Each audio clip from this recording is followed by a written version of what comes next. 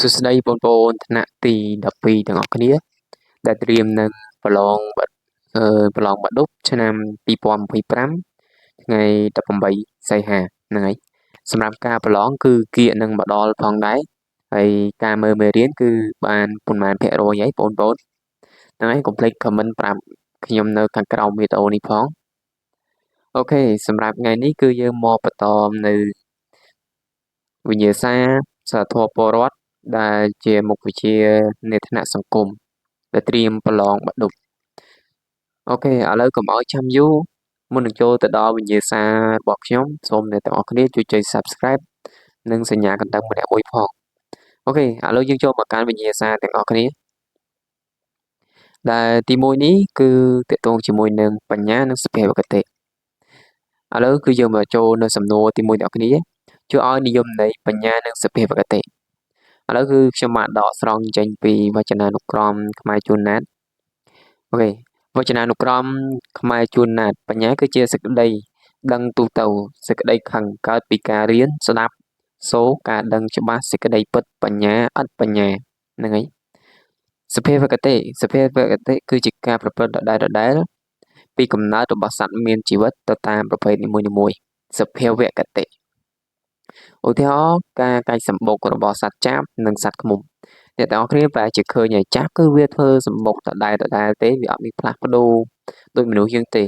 មនុស្សយើងអភិវឌ្ឍតាំងពីផ្ទះឈើរហូតទៅដល់ផ្ទះថ្មរហូតទៅដល់វិឡាហ្នឹងហើយប៉ុន្តែសត្វគឺវានៅតែដដែលទេសត្វឃ្មុំជាដើមហ្នឹងហើយនេះគឺជាសភាវគតិយើងលើកឧទាហរណ៍មួយមកក្នុងសំណួរគឺតែងតែមានឧទាហរណ៍ក្នុងមុខវិជ្ជាសិលធម៌ពលរដ្ឋបើយើងមិនលើកឧទាហរណ៍ប្រាប់បញ្ជាក់គេទេបន្ទុកយើងនឹងបាត់ឧទាហរណ៍ថាមួយសំណួរ15បន្ទុកចុះអញ្ចឹងបើអ្នកទាំងអស់គ្នាអត់បានបញ្ជាក់ឧទាហរណ៍គឺបាត់អស់5បន្ទុកអញ្ចឹងគួរតែឆ្លើយហើយបញ្ជាក់ឧទាហរណ៍គេផងដល់យើងចូលមកកាន់សំណួរទី2ចូលពន្យល់ពីវិភាគនិងសំយោគអូខេពន្យល់ពីវិភាគនិងសំយោគវិភាគយើងឲ្យនិយមន័យមកវិភាគគឺជាការបំបែកអង្គធាតុមួយទៅជាធាតុផ្សំផ្សេងឬជាការបំបែកអ្វីមួយឲ្យមានលក្ខណៈសាមញ្ញឲ្យទៅជាងាយស្រួលអញ្ចឹងអ្នកគ្នាប្រហែលជាដឹងហើយវិភាគនេះគេថាមានន័យថាការបែងចែកហ្នឹងហើយការបែងចែកវត្ថុមួយឲ្យទៅជាវត្ថុផ្សេងទៀតសម្រាប់សំណួរសិលធម៌ពលរដ្ឋនេះគឺតាមដែលយើងគិតទេបើយើងមិនចង់ឆ្លើយទៅតាមសំណួរដែលគេឆ្លើយចម្លើយដែលគេប្រាប់យើងក៏បានដែលអ្វីដែលយើងគិតឃើញក៏បានដែរព្រោះអីអានេះគឺជាសិលធម៌ដែលគេថាអ្វីដែលយើងគិតហ្នឹងហើយសំណួរអូខេឥឡូវយើងលើកឧទាហរណ៍មកការវិភាគទៅលើទឹកនាំឲ្យបានអ៊ីដ្រូសែននិងអុកស៊ីសែនយើងប្រាប់ទៀតមកវិភាគបែងចែកជាពីរវិភាគពិតនិងវិភាគគំនិតវិភាគពិតមានន័យថាការយកនៅវត្ថុដែលមានភាពជាក់ស្ដែងឧទាហរណ៍គេថាយកទូរស័ព្ទមកដោះចេញទូរស័ព្ទមិនជារបស់ពិតដែលយើងមើលឃើញនឹងភ្នែកហ្នឹងហើយឥឡូវយើងចូលចម្លើយទាំងអស់គ្នាកុំឲ្យតែសាំញ៉ាំយូរពេកវិភាគពិតយកវត្ថុដែលមានអស្ថិរភាពមកវិភាគដើម្បីស្វែងរកធាតុផ្សំផ្សេងៗរបស់វាឧទាហរណ៍ការវិភាគទៅលើគ្រឿងម៉ាស៊ីនគឺយកម៉ាស៊ីនមកដោះជាផ្នែកដោយឡែកឥឡូវគឺខ្ញុំឧទាហរណ៍នៅទូរស័ព្ទមួយចុះហ្នឹងហើយយើងមិនឧទាហរណ៍ទូរស័ព្ទយើងចង់ដឹងថាក្នុងគ្រឿងនឹងវាមានអីខ្លះមានថ្មមានអីអញ្ចឹងអញ្ចឹងយើងយកវាមកដោះអាហ្នឹងគឺជាផ្នែកពិតមួយហើយយើងយកវាមកដោះចេញជាផ្នែកន័យថាអ្វីដែលយើងមើលឃើញអាហ្នឹងជារបស់ពិតអូខេឥឡូវយើងមកមើលពីវិភាគគំនិតម្ដងវិភាគគំនិតគឺជាការប្រមូលផ្ដុំតែគំនិតសុទ្ធសាធចំណែកវត្ថុវិភាគឥតមានអស្ថិរភាពនិងផ្នែករូបធាតុឧទាហរណ៍គេវិភាគអំពីគុណនិងទោសហ្នឹងហើយគឺយើងការគិតនៅក្នុងក្បាលឧទាហរណ៍ថាមានបរិសុទ្ធ2នាក់អញ្ចឹងចាបរិសុទ្ធមួយកំពុងស្វែងបរិសុទ្ធមួយជាចោរបរិសុទ្ធមួយទៀតគឺជាអ្នកដែលជួយដែលចោលលួចជួយដែលជនរងគ្រោះដែលចោលតែចោលលួចទូរស័ព្ទទៅហ្នឹងគឺយើងវិភាគថាម្នាក់ហ្នឹងមានគុណម្នាក់នេះមានទោសហ្នឹងហើយអញ្ចឹងគឺវាវិភាគគំនិតអូខេឥឡូវចូលបន្តទៀតសំយោគគឺជាការផ្សំឬរៀបវត្ថុដោយយកសារធាតុបង្កមកផ្ដុំឬចូលផ្ដុំចូលគ្នាបង្កើតឲ្យចេញជាអ្វីមួយឬវត្ថុមួយ សំយោគពាក្យថាសំយោគគេយករបស់ដែលពីរដូចគ្នាហ្នឹងយកមកដាក់ចិត្តគ្នាហើយគេសំយោគមើលថាត្រូវបង្កើតចេញជាអ្វីហ្នឹងហើយអូខេឥឡូវសំយោគគេបែងចែកជាពីរសំយោគពិតយកសារធាតុដែលផ្សំផ្សេងដែលមានស្ថិរភាព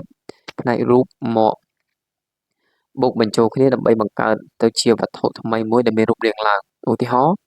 យកអ៊ីដ្រូសែននិងអុកស៊ីសែនមកសំយោគឲ្យទៅជាទឹកអូខេយើងមកមើលសំយោគគំនិតម្ដងសំយោគគំនិតគឺជាការប្រមូលផ្សំគំនិតដែលមានលក្ខណៈអរូបីឧទាហរណ៍សំយោគឡើងវិញនៅគំនិតដែលវិភាគរួចហើយសំយោគក្នុងគំនិតចែកចេញជា3អូខេហើយអ្នកនរគ្នាឃើញអីគឺចម្លើយមួយឧទាហរណ៍មួយអូខេយើងមើលតទៀតចែកចេញជា3មេខ្លះសំយោគបញ្ញត្តិជាការបដុំគោលគំនិតធំដូចដែលគេបានធ្វើនៅក្នុងសន្ទរកថាអូខេសំយោគគណិតវិទ្យាចាប់ផ្ដើមអ្វីដែលងាយទៅរកអ្វីដែលសាមញ្ញហ្នឹងហើយពីអ្វីដែលល្អទៅយកអ្វីដែលអាក្រក់ពីអ្វីដែលងាយស្រួលទៅអ្វីដែលពិបាកហ្នឹងហើយសំយោគបដិសំយោគកើតចេញពីបដិបកភាពរវាងមតិនិងបដិមតិដើម្បីរកច្រកឬមធ្យោបាយរួមមួយហ្នឹងហើយគឺរកច្រកតែមួយចេញតែមួយហ្នឹងគ្នាអូខេឥឡូវយើងចូលមកកាន់សំណួរទី3បងប្អូនគ្នាចូលនិយាយអំពីការសម្រេចចិត្តអូខេការសម្រេចចិត្តអ្នកគ្នាគួរតែយល់ហើយការសម្រេចចិត្តឧទាហរណ៍ថាអ្នកទាំងអស់គ្នាសម្រេចចិត្តថាក្នុងការប្រឡងបាក់ឌុបថ្ងៃទី18សីហា2025ខាងមុខនេះអ្នកទាំងអស់គ្នានឹងយកលទ្ធផលនិទ្ទេស A អញ្ចឹងនេះគឺជាការសម្រេចចិត្តការបដិញ្ញាចិត្តមួយហើយអញ្ចឹងអ្នកនេះត្រូវធ្វើអ្វីខ្លះដើម្បីបដិញ្ញាចិត្តឬសម្រេចចិត្តបានការសម្រេចចិត្តឧទាហរណ៍ថាអ្នកនរគ្នានឹងសម្រេចចិត្តថានឹងទៅភ្នំពេញនៅថ្ងៃស្អែកអញ្ចឹងអ្នកគ្នានឹងទៅថ្ងៃស្អែកហើយអូខេឥឡូវយើងចូលមកយមន័យទាំងអស់គ្នានេះគឺជាការបញ្យល់មុននឹងឈានទៅដល់យមន័យទីអស់អ្នកគ្នាគិតមើលសិនការសម្រេចចិត្តគឺជាការបដិញ្ញាចិត្តដើម្បីធ្វើសកម្មភាពនៅក្នុងស្ថានភាពមួយដែលបង្ហាញពីការជ្រើសរើសជាច្រើនការសម្រេចចិត្តជាការសម្រេចចិត្តនៅគោលបំណងណាមួយល្បិចណាមួយនិងមធ្យោបាយណាមួយជាកំណត់ដើម្បីឈានទៅរកសម្រេចគោលដៅណាមួយនោះមានន័យថាក្នុងចំណោមបុព្វហេតុទាំងឡាយដែលផុសចេញពីក្នុងខ្លួនរបស់មនុស្សគឺបុព្វហេតុតែមួយប៉ុណ្ណោះដែលដើរតួសំខាន់បំផុតគឺតួនាទីអ្នកកំណត់ឧទាហរណ៍ក្នុងចំណោមមុខរបរទាំងអស់ខ្ញុំស្រឡាញ់និងចូលចិត្តមុខរបរគ្រូបង្រៀនជាងគេហ្នឹងហើយកន្លែងនេះគឺចង់បញ្ជាក់ប្រាប់អ្នកទាំងអស់គ្នាយើងត្រូវលើកឧទាហរណ៍មកឧទាហរណ៍យើងមិនបាច់សេតាមខ្ញុំក៏បានដែរអ្នកខ្ញុំលើកឧទាហរណ៍មកឧទាហរណ៍ក្នុងខ្ញុំនៅពេលដែលខ្ញុំប្រឡងបាក់ឌុបជាប់ខ្ញុំចង់ធ្វើជាគ្រូបង្រៀនមុខវិជ្ជាស្រាវធម៌ពលរដ្ឋអញ្ចឹងនេះគឺជាឧទាហរណ៍មួយឯងដែលតាក់ទងជាមួយនឹងសំណួរអូខេឥឡូវគឺយើងមកតសំណួរទី4ទៀតហើយបើអត់មានកន្លែងណាយល់ទេអ្នកទាំងអស់គ្នាអាចសួរ comment នៅខាងក្រោមបានហើយខ្ញុំក៏បានដាក់នៅក្រុម Telegram ដែរដែលមានកម្រងសំណួរមុនដែលខ្ញុំធ្វើវីដេអូនេះខ្ញុំបោះចូលក្នុងហ្នឹងហើយអ្នកទាំងអស់គ្នាអាចចូលមើលបានជួយក្រុម Telegram របស់ខ្ញុំចូលនិយាយពីលក្ខណៈខុសគ្នារវាងច្បាប់ធម្មជាតិនិងច្បាប់វិជ្ជមានតើច្បាប់ធម្មជាតិនិងច្បាប់វិជ្ជមានមានអីខ្លះតោះមើលអ្នកគ្នាច្បាប់ធម្មជាតិកើតមានសំណាងនឹងវិចាររបស់មនុស្សកើតពីធម្មជាតិលក្ខណៈសកលនិងមិនប្រែប្រួលមានទ្រង់ទ្រាយជាទំនៀមទម្លាប់និងប្រពៃណីនិងលក្ខណៈសាសនាអូខេនេះគឺជាច្បាប់ធម្មជាតិច្បាប់វិជ្ជមានឆ្លងកាត់ផលសាមញ្ញនៃប្រវត្តិសាស្ត្ររបស់សង្គមចងក្រងជាអត្ថបទលេខលក្ខណ៍អក្សរអូខេនេះគឺជាច្បាប់វិជ្ជមាន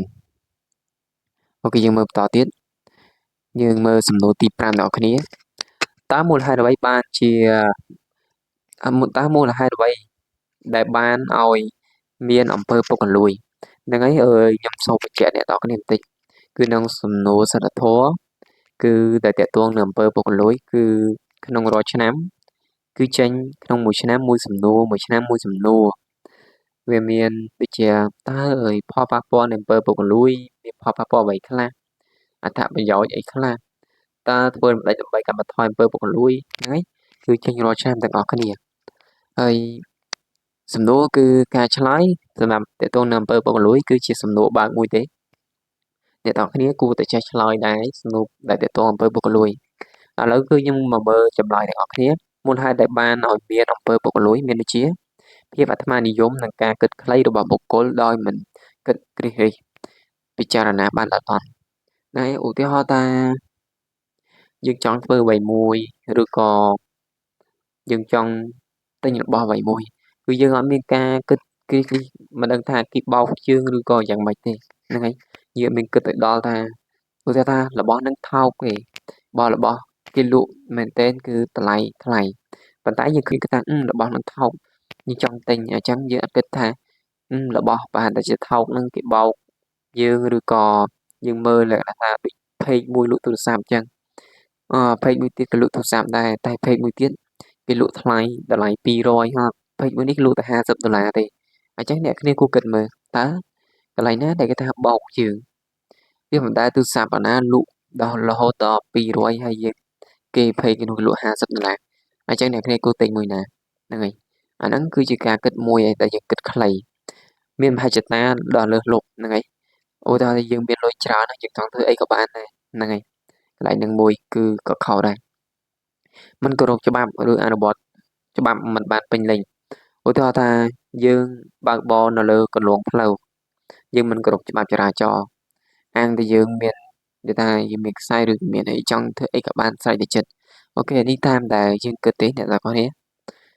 ខ្វះគណនេយ្យភាពការគិតប្រយោជន៍ខ្លួនឯងនិងភាពលោភលន់ចង់បានហួសហេតុហ្នឹងហើយដោយសារភាពចង់បានហួសហេតុមិនគិតប្រយោជន៍ពីគេគិតតែខ្លួនឯងគឺនាំតែដូចថាគឺនាំឲ្យខាតបង់ឬក៏វិនិច្ឆ័យហិនហោចការខ្វះការយល់ដឹងអំពីអំពើពុករលួយការស្រឡាញ់កិត្តិយសនិងភាពថ្លៃថ្នូរជាមនុស្សការមិនឲ្យតម្លៃលើសុចរិតភាពខ្វះការប្រកួតប្រជែងដោយស្មើភាពភាពទន់ខ្សោយនៃប្រព័ន្ធតាមដានត្រួតពិនិត្យនិងវាយតម្លៃក្នុងស្ថាប័នរដ្ឋនិងឯកជនអូខេសម្រាប់សំណួរគឺក្នុងមួយវីដេអូគឺមានតែ5សំណួរទេហ្នឹងហើយជាចុងក្រោយនេះគឺសូមជូនពរឲ្យបងប្អូនទាំងអស់គ្នាប្រឡងបាននីតិល្អនិងដល់ពេលដែលហើយមួយទៀតគឺសូមបញ្ជាក់បងប្អូនទាំងអស់គ្នាមុននឹងប្រឡងរយៈពេល1ខែទៅ2ខែសូមបងប្អូនទាំងអស់គ្នាថែរក្សាសុខភាពបានល្អហើយកុំអាលឬដើរលេងដើរអីនឹងកាត់បន្ថយទៅសល់រយៈពេលមិនយូរទេការប្រឡងមកដប់ក៏ចិត្តមកដល់ដែរហ្នឹងហើយកាត់បន្ថយការដើរលេងខ្លះព្រោះអីកាលណាដែលយើងដើរលេងទៅវាអាចនឹងមានគ្រោះថ្នាក់ដូចជាដួលម៉ូតូដួលអីអញ្ចឹងហ្នឹងហើយមុននឹងទៅប្រឡងក៏អញ្ចឹងដែរទៅបងអើយទៅញ៉ាំអាហារពេលព្រឹកក៏ហើយមុនទៅប្រឡងហើយចាំមើលដល់ពេលរៀងគៀកប្រហែលជាមួយខែអីខ្ញុំនឹងធ្វើវីដេអូ5អ្នកនរគ្នាពីរបៀបនៃការរៀបចំខ្លួនដើម្បីត្រៀមខ្លួនប្រឡងបាក់ឌុបហ្នឹងហើយអូខេហើយជាចុងក្រោយវីដេអូក៏មានតែប៉ុណ្្នឹងដែរហើយកុំភ្លេចជួយចុច Subscribe និងសញ្ញាកណ្ដឹងម្នាក់មួយផងដើម្បីជាកម្លាំងចិត្តក្នុងការធ្វើវីដេអូចែកជូនបងប្អូនទាំងអស់គ្នាហ្នឹងហើយ